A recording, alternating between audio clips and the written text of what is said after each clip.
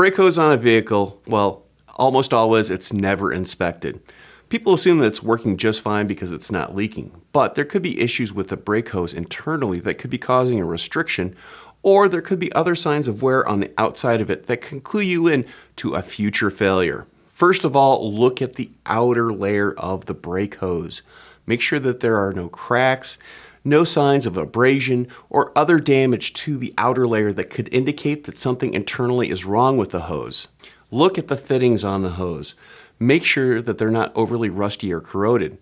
Rust on these can occur when water and other debris get between the fitting itself that's crimped on the hose and the hose itself.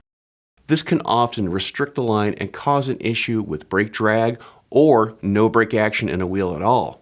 If you get a car in your shop that shows extreme glazing or heat damage on the caliper itself or the brake pads, well, make sure that you're replacing the brake hose also, because chances are that heat has also damaged the brake hose and degraded it. If you're dealing with a high mileage vehicle that's never had the hoses replaced on it, well, it's cheap insurance to make sure that they don't fail before the brake pads wear out.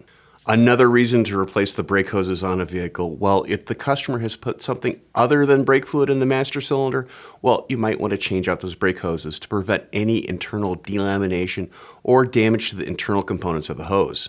Let's put this into perspective. A set of new brake hoses for the front brakes on a vehicle may add $30 to $50 to the total job. But if you're replacing brake rotors, calipers, and pads, well, that's just a small fraction of the repair bill. But these are cheap insurance that the brake job and the customer is going to be safe for a very long time. I'm Andrew Markel. Thank you very much.